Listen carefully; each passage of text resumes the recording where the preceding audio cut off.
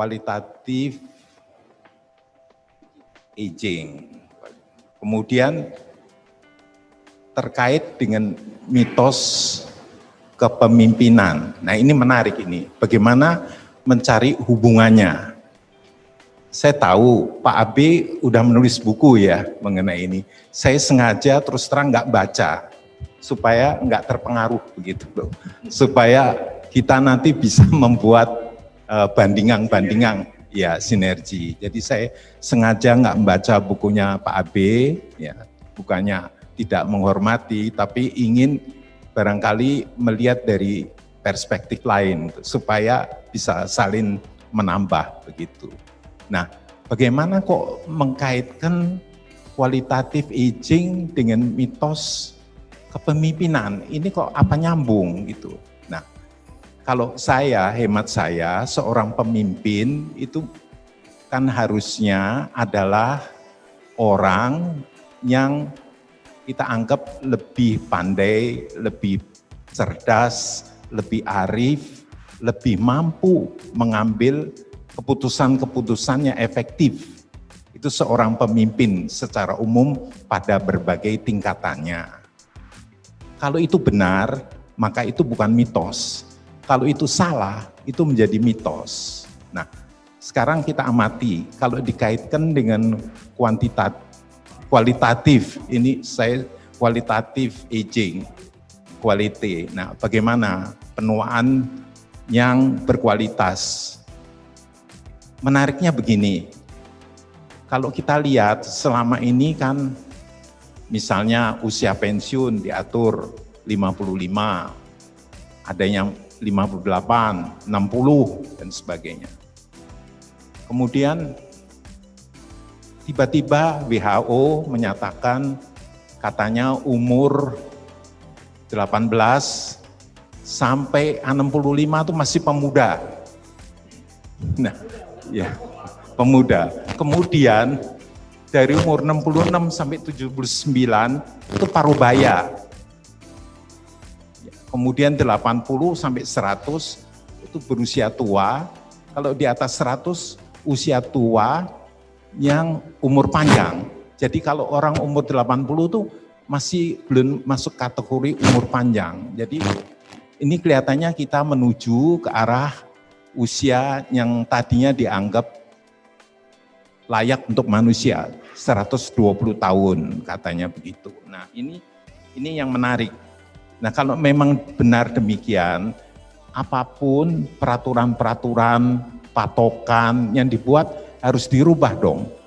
Kalau usia pensiun 55, padahal dia masih pemuda. Sampai 65 katanya pemuda, dia katanya udah pensiun umur 60, padahal katanya sampai 79 itu masuk parubaya. Nah ini bagaimana? Nah ini yang menarik ya, kadang-kadang saya berpendapat seperti ini, ada ungkapan katanya ini yang dianut sejumlah orang yang mendalami psikoterapi terapan ya. NLP misalnya katanya peta itu bukan wilayah sendiri. The map is not the territory. Memang benar peta Jakarta tentu bukan Jakarta. Peta Jakarta hanya esensi dari kota Jakarta. Itu betul. Tapi masalahnya banyak dari kita itu memakai peta yang dibuat tahun 1990, tahun 2000, memandang Jakarta pada tahun 2020, ini kan ketinggalan. Nah ini juga ketinggalan, bukan hanya peta yang berupa teritori, tapi peta yang ada di kepala kita, peta yang the mental map, ya mental map. Nah kalau mental map seorang pemimpin, misalnya dia ketinggalan, berdasar bacaannya, berdasar studinya, kebetulan ya ada juga saya bergaul dengan sejumlah kawan-kawan dari universitas, dosennya, doktornya, tapi yang dibaca itu ibarat peta, itu peta tahun 2000, peta tahun 1990 itu bacaan studinya dia. Padahal petanya sekarang kan peta tahun 2020. Nah ini bagaimana ini? Kalau itu terjadi pada leader, ya, pasti apa yang disampaikan tuh bisa juga menjadi mitos, jadi tidak benar. Padahal usia aging itu sudah berkembang, berubah. Ya, usia Indonesia rata-rata 71, yang wanita 74, pria katanya 69. Jadi ini saja sudah lain dengan peta yang waktu itu membaca pada waktu rata-rata usia orang Indonesia mungkin 60 tahun. Nah ini bagaimana? Nah ini yang barangkali kalau mau dikaitkan antara kualitatif aging dengan mitos kepemimpinan. Karena pemimpinnya itu sendiri bukannya dia tidak pandai, tidak apa, tapi pemimpinnya tuh mental map-nya sudah ketinggalan. Saya lihat ketinggalan begitu. Jadi dalam mensiasati juga banyak persoalan yang tadi diutarakan juga soal leadership, servant leadership, udah ketinggalan. Nah ini bagaimana? Nah itu hemat saya menjadi persoalan utama kalau kita ingin membereskan masalah-masalah soal aging.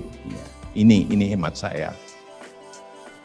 Nah karena itu nampaknya, kelihatannya kalau kita bicara kualitatif aging, ya, kelihatannya itu kita nggak bisa menyerahkan begitu saja pada pakar. Karena pakar itu mungkin titik tolaknya adalah dari studi yang lalu dan sebagainya. Nah, kemudian saya tadi coba orek-orek lihat beberapa itu. Katanya begini, nomor 1 tuh kalau orang bertambah usia, itu harus memelihara apa yang disebut well-being. Well-being ini celakanya, kalau di kamus-kamus itu diterjemahkan sebagai sejahtera. Ya, ini sebetulnya nggak begitu tepat. Kalau well itu baik, kalau wellness itu sehat. Well-being itu kalau hemat saya secara psikologis itu harusnya kenyamanan secara jasmani dan rohani. Harusnya penerjemahannya itu seperti itu. Jadi bukan well-being dalam arti kata kesejahteraan. Nanti itu orang asosiasinya kalau kesejahteraan itu kesejahteraan ya material umumnya. Walaupun bisa aja kesejahteraan rohani dan jasmani. Tapi arahnya biasanya kalau orang disebut sejahtera itu materi. Nah ini konotasinya keras ke arah sana. Nah kalau kita bicara well-being, nomor 1 kalau hemat saya, khususnya untuk orang yang sudah katakan 60 tahun ke atas, itu nomor 1 adalah spiritual well-being. Ya.